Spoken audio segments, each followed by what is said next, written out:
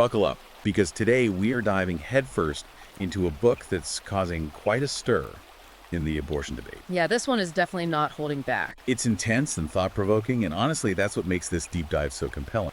The author doesn't shy away from strong language or controversial argument. No, not at all. It'll be really interesting to break down those arguments and see how they connect to the wider context of the issue. Absolutely. And speaking of strong arguments, the book opens with a very powerful image, calling abortion a satanic sacrament. Right?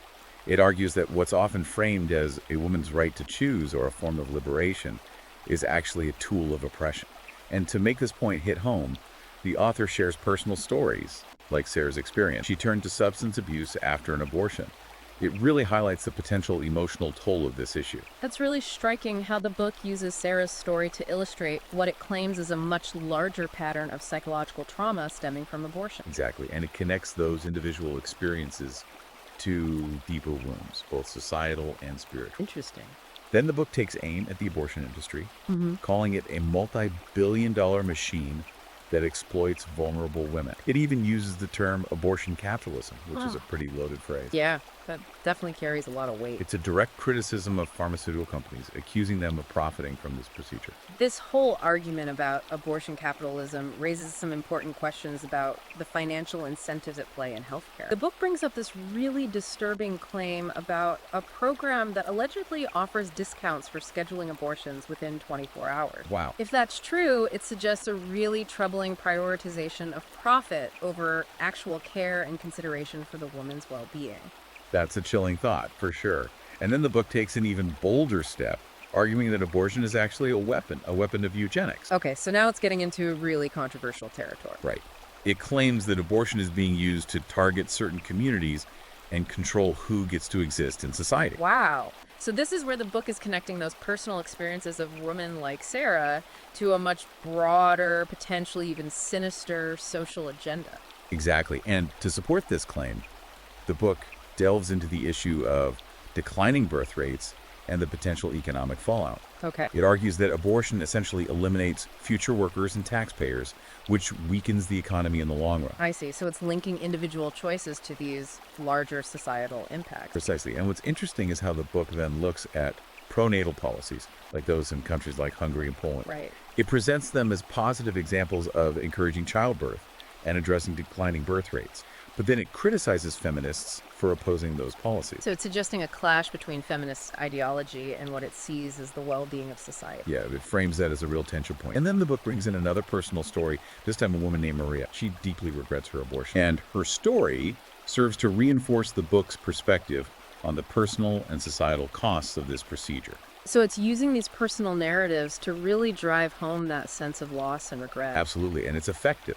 And then the author takes things in a direction I honestly didn't see coming. It connects abortion to national security concerns. Oh, wow. Okay.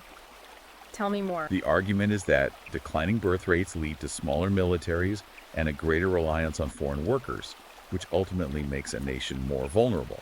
So it's tying this very personal and often emotional issue to matters of national security and global power dynamics. Exactly. The book even uses South Korea as an example. Okay. They have a very low birth rate, and they're having to recruit foreign workers to fill the gap. The book suggests that this situation is creating social tensions and weakening the country's defenses. It's incredible how the book weaves together all these seemingly disparate threads, linking individual choices to global implications. It really is. It's a very intricate web of argument. Yeah, and we're just getting started. And we're back for part 2 of this deep dive. Get ready, because things are about to get even more intense as we dig deeper into this controversial book.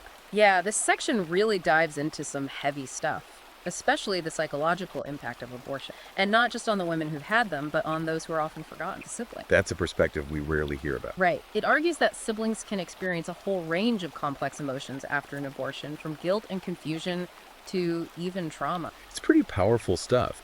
And the book definitely doesn't hold back in its criticism of what it sees as society's double standard when it comes to protecting life. Yeah, it brings up a really interesting example about this man who slapped with a huge fine for destroying an eagle egg. Right. And the book contrasts that with the legality of abortion. It's like, what's going on here? It's a jarring comparison for sure. It really highlights this argument that the legal system sometimes seems to place a higher value on animal life than on the potential for human life. It's definitely food for thought. And this leads the book to propose a pretty radical shift in how family courts approach abortion cases. Oh, okay. It argues that these courts should prioritize the potential for life, like really consider the best interest of the child, even when they're still in the womb. So it's suggesting a kind of legal recognition of the unborn child as a person with rights. Exactly. And the book even cites a specific example where a family court ruled in favor of a father's right to prevent an abortion. Interesting. It claims that this decision actually led to a decrease in abortions and an increase in births within that area. So it's suggesting that legal changes could actually influence people's choices and behaviors when it comes to abortion. It seems like the book is ultimately pushing for a total overhaul of our legal and societal views on this whole issue. It definitely is, and it doesn't shy away from taking on some of the biggest players in the abortion debate, like the feminist movement. This is where things get really interesting. The book directly challenges those prevailing feminist narratives surrounding abortion. Yeah, like the idea that abortion is empowering for women. Exactly. The book argues that it's actually the opposite. Destructive, leading to regret, mental anguish, and harm to society as a whole. That's a pretty bold statement. Right. It directly critiques the feminist movement, saying that it's misled women about the true nature of abortion and its potential consequences. So it's offering a counter-narrative to what we often hear from pro-choice advocates. It is, and it specifically uses Sarah's story, the woman who suffered long-term mental health problems after her abortion, to really challenge the idea that abortion is always a simple choice with no lasting impact. Right, because her experience shows that the emotional and psychological effects can be really complex and long-lasting. Absolutely. And then the book takes a turn that I honestly wasn't expecting at all. It connects abortion to something it calls a cultural Marxist agenda. Whoa, okay. I've heard that term thrown around before, but I'm not entirely sure what it means. Yeah, it's a term that's gained traction in certain circles. The book defines it as an ideology that's actively trying to dismantle traditional values and structure. And guess what? It sees abortion as one of the key tools in this agenda. Wow. So it's suggesting there's this larger, almost insidious force at play that's using abortion to achieve its goals. Exactly. And it gets even more specific. It accuses these so-called cultural Marxists of infiltrating academia and the media, Okay. using those platforms to spread their ideology and silence anyone who disagrees. So it's framing this as a kind of ideological battle for the hearts and minds of society. It really is. The book even points to Sweden's transformation from a traditional society to what it calls a gender-neutral dystopia. It's a prime example of this cultural Marxist agenda in action. It's a pretty bleak picture it's painting. It is. And then it moves on to critique woke ideologies, pointing out what it sees as hypocrisy and double standards within those movements. Oh, interesting. Like, for example, it tells this story about a company that forces employees to list their pronouns in email signatures. But get this, if they refuse, they're fired. Really? The book uses this story to show how authoritarian woke culture can be. Yeah, that definitely seems to contradict the idea of inclusivity and respect for individual choice.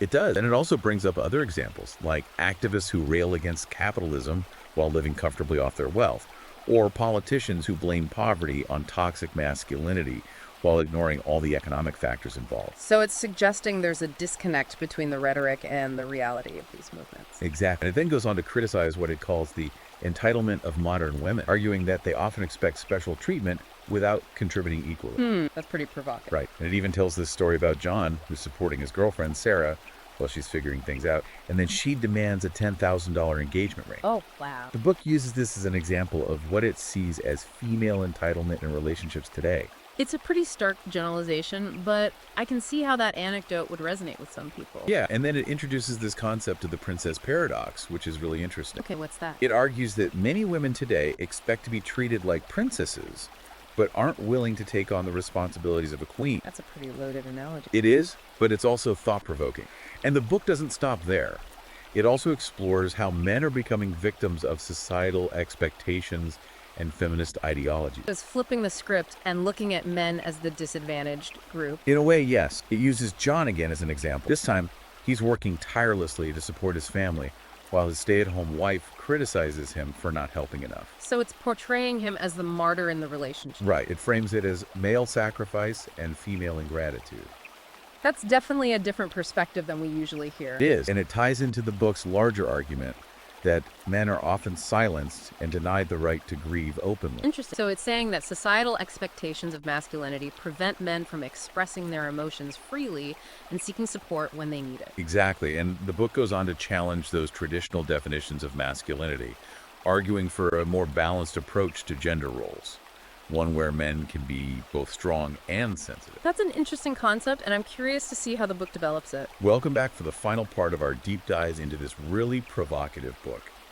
It feels like the author is pulling out all the stops in this last section. You're right. It's like everything we've talked about so far, the personal stories, the social critiques, the political arguments, it's all coming together to create this really compelling, if controversial, tapestry. Yeah, and one of the most striking threads that runs throughout the entire book is this idea of female supremacy. The author really dives headfirst into it, arguing that it's not just a fringe theory, it's a very real and present danger. What's fascinating is how the book links this idea of female supremacy to what it calls the emasculation of men. It argues that as women are gaining more power and influence, men are being systematically stripped of their traditional roles and identities.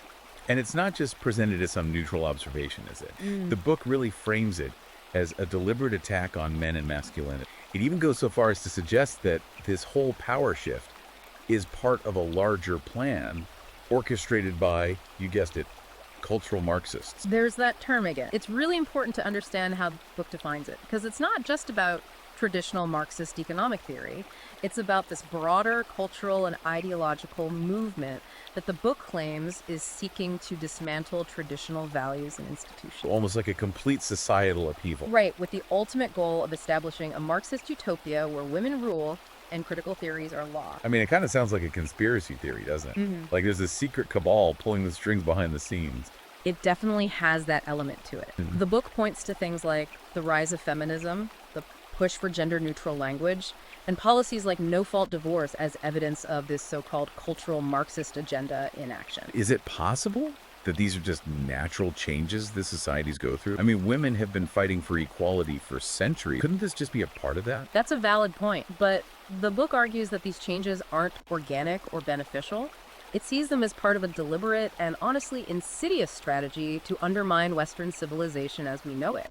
It even claims that these cultural Marxists have infiltrated institutions like academia and the media, using those platforms to spread their ideology and silence anyone who dares to dissent. So it's like a battle for the very soul of society. Exactly. And if we buy into this premise, the question becomes, what can we do about it? How do we stop this alleged female supremacy takeover? Right, because it sounds pretty dire. The book does offer a multi-pronged approach. It really emphasizes the importance of education, cultural shifts, and individual action. So it's calling for pretty massive transformation of society. It is. It's urging readers to actively resist what it sees as this encroaching threat of female supremacy.